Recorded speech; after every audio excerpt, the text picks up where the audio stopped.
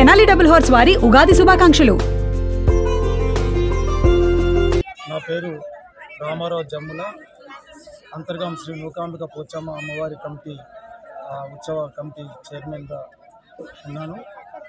Antargaon textile పునరావాస కేంద్రం 1967లో స్థాపించబడినప్పుడు అప్పటికే ఒక 20-30 సంవత్సరాల కిందట మరి ఒక మహిమాన్వితమైనటువంటి దేవతా వృక్షమైనటువంటి శని వృక్షం కింద వెలిసినటువంటి స్వయంభూగా వెలిసినటువంటి శ్రీ మూకాంబిక పోచమ్మ అమ్మవారి యొక్క విగ్రహాన్ని యాదవుల కనుకోబడ్డది. ఇక్కడ ఈ కాలనీ ఏర్పడిన తర్వాత అంతర్గంలో పునరావాస బాధ్యులైన కాందీశీకులు శరణార్థులు మరి చుట్టుపక్కల చేనేత కార్మికులు ఇక్కడ ఉన్నటువంటి కార్మిక కుటుంబాలందరూ కూడా పోచమ్మ తల్లిగా కాందీశీకులు మూకాంబికగా ఎందుకంటే నూకలిచ్చే తల్లి మూకాంబిక కొల్చడం జరిగింది. గడిచిన 59 సంవత్సరాలు ఇక్కడ అమ్మవారికి ప్రతి సంవత్సరం ఉగాది ముందు రోజు వచ్చేటువంటి పాల్గొన అమావాస్య రోజున అమ్మవారికి విశిష్టమైనటువంటి పూజా కార్యక్రమాలు, ఉదయాన్నే అభిషేకాలు, మధ్యాహ్నం చండీ హోమం, సాయంత్రం అగ్నిగుండ ప్రవేశ మహోత్సవంతో అమ్మవారి ఉత్సవాలు ముగిస్తాయి.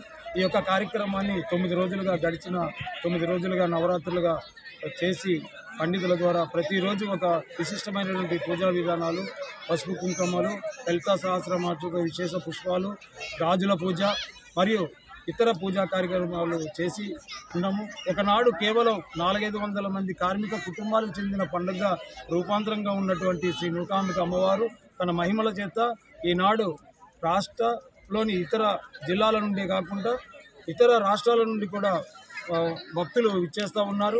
ఒక్కొక్క సందర్భంలో లండన్ నుంచి కూడా ఇక్కడ పనిచేసి వెళ్ళిపోయినటువంటి శరణార్థి కుటుంబాలు లండన్లో స్థిరపడిన కూడా వారు కూడా ఇక్కడికి వస్తున్నారు. ఢిల్లీ నుంచి కూడా వచ్చారు.